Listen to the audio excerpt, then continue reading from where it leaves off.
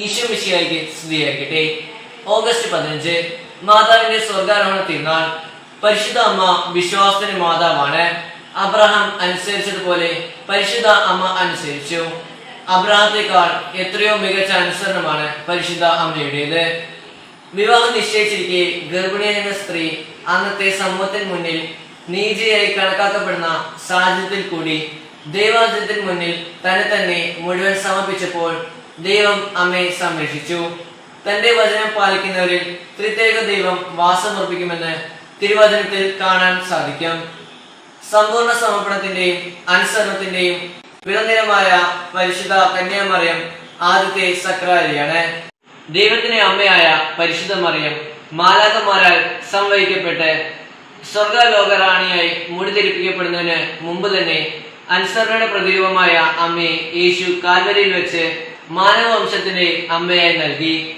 എന്തുകൊണ്ടെന്നാൽ ദൈവനീതി ഗ്രഹിക്കുന്നതിനും ദൈവസ്നേഹത്തെ ചരിച്ച് ദൈവത്തോട് ഒന്നായി തീരാൻ ദൈവവചനത്തോടുള്ള അനുസരണം നമ്മെ പഠിപ്പിക്കാൻ പരിശുദ്ധ അമ്മയല്ലാതെ മറ്റാരുമില്ലെന്ന് യേശുനാഥൻ അറിയാമായിരുന്നു.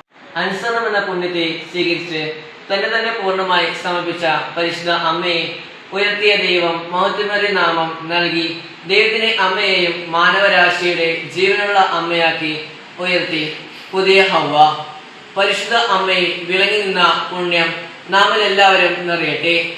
പുതിയൊരു രാഷ്ട്രീയം കെട്ടിപ്പടുക്കാൻ, നിയമത്തിന് അധീനരായി ജീവിക്കാൻ, ദൈവത്തിൽ ഉറച്ച് ജീവിക്കാം. നമ്മുടെ സ്വാതന്ത്ര്യം ആഘോഷിക്കുമ്പോൾ നമുക്ക് ഓരോരുത്തർക്കും ദൈവത്തിന് മുമ്പിൽ സമർപ്പിച്ച് പ്രാർത്ഥിക്കാം.